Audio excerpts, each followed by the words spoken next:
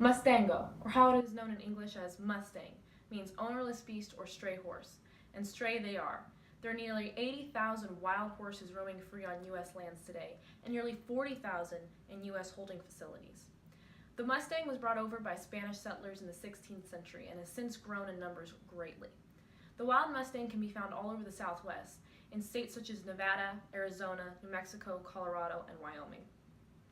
Their habitat consists of grassy plainlands and open desert, with little water sources and decreasing food supplies. Now, the wild horse population plight has become quite severe. As agriculture starts to expand across the United States, wild horses have lost a lot of land to graze on and to be free on. But their numbers have not decreased because of this. And due to their increasing population and decreasing habitat size, it has led to severe incidences of starvation and very poor living conditions for these horses. So, in 1971, Congress passed the Free Roaming Act, which made it so that the government had to protect wild animals on range from being slaughtered and just killed outright.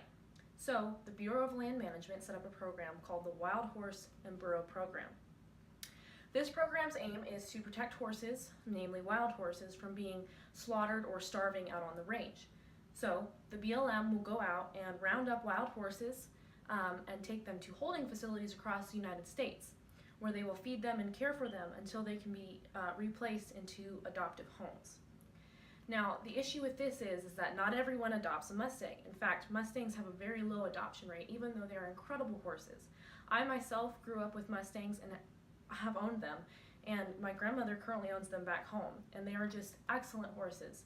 But they are wild, and so a lot of people think it as a daunting task to take on a wild animal and train them. But once you've earned their trust, you have a friend for a lifetime. So the BLM has helped wild horses a lot, but there's still the problem of them increasing in numbers. We still have not been able to get their numbers to stop growing. There has been talk of birth control treatments and also shipping the horses off to slaughter.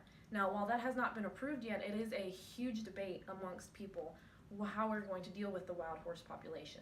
So the BLM still struggles to find good solutions to deal with the population while still protecting these amazing creatures and the history that they provide to the American West. So, how you can get involved. You can get involved in a number of ways. You don't have to go out and adopt a Mustang, but if you want to, you can. There are holding facilities all over the United States that have adoptable Mustangs, and there's also an online website where you can view their horses that they have for adoption. They have all ages, colors, sizes, and they can be amazing animals. They also have burros if you would like a burro.